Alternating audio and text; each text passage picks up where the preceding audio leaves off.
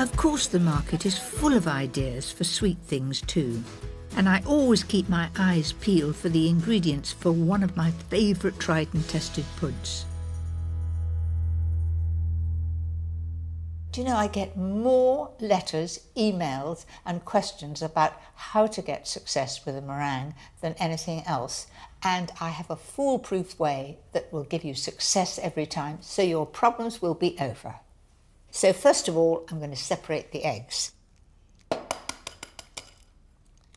I've got 3 eggs here, and they're nice and fresh.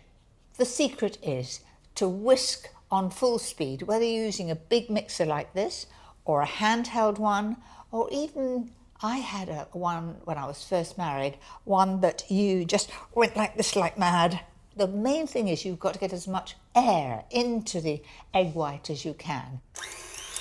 So full speed ahead now.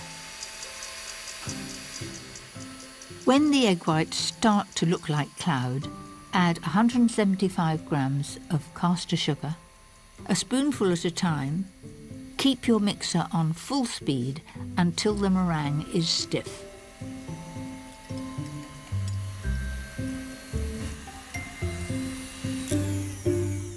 That looks about right to me. Let me just show you. It really looks as stiff as can be.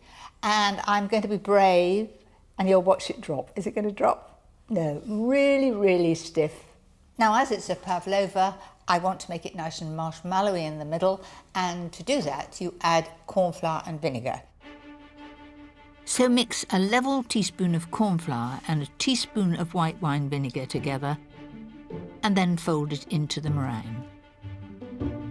Take a baking sheet topped with baking paper with a 20-centimetre circle marked out, and spread the pavlova mix on it. I'm being very careful to keep it within that pencil circle because that is the shape that I want. So squash that down and push it all out to the edges. And if you have children or grandchildren who enjoy cooking, let them do something like this, perhaps for Sunday tea. So I'm quite happy with that. It looks nice and informal. There are little peaks sticking out, and I've got a really nice cavity in there to put lots of cream and fruit. Turn down the preheated oven from 140 degrees fan to 130 degrees and cook the pavlova for an hour. Once it's cooked, the key is to turn off the oven and leave the pavlova inside to cool for a good 2 or 3 hours. So now to make the filling. I've got 225 grams of beautiful black currants, which I've taken off the stalks, and the same of red currants, and then I've got some blackberries as well. Those are huge blackberries. Add 175 grams of caster sugar, so on with the heat,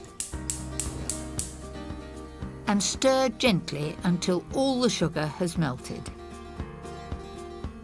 Then turn off the heat and add the 175 grams of blueberries. And leave it to cool completely before adding the raspberries.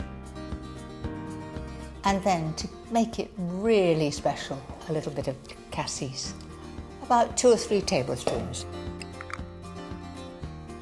1, 2, oh definitely 3. Once the pavlova has cooled, it's time to bring the showstopper pud together. Well, that's just as I wanted it to be. That very, very pale, sort of creamy colour. And it is beautifully crisp. I've got some whipped cream here. Push it right to the sides. And this will stop the fruit juice going into the meringue.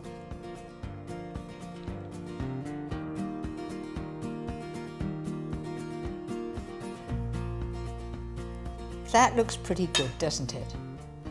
Do you know, I've been making this for years and I still get excited. It really is magical. and it is the most perfect thing to serve at any celebration.